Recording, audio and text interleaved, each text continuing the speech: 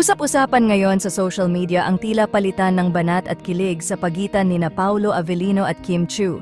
Kamakailan lang isang nakakakilig na komento mula sa isang fan ang nagpaulan ng speculation tungkol sa tunay na estado ng relasyon ng dalawa.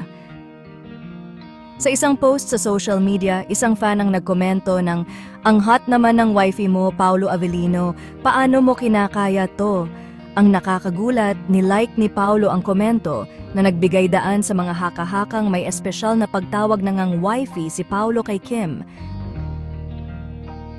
Hindi naman nakaligtas sa mga mata ng netizens ang aksyon ni Paolo.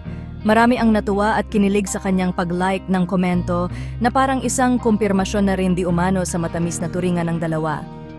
Ang ilan naman ay patuloy na nag-aabang ng mas malinaw na pahayag mula sa parehong kampo tungkol sa tunay na estado ng kanilang relasyon.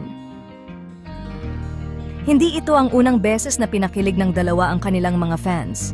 Matatanda ang ilang beses na rin silang nahuling magkasama mula sa kanilang mga jogging sessions hanggang sa mga simpleng bonding moments na tila nagpapatibay sa kanilang samahan.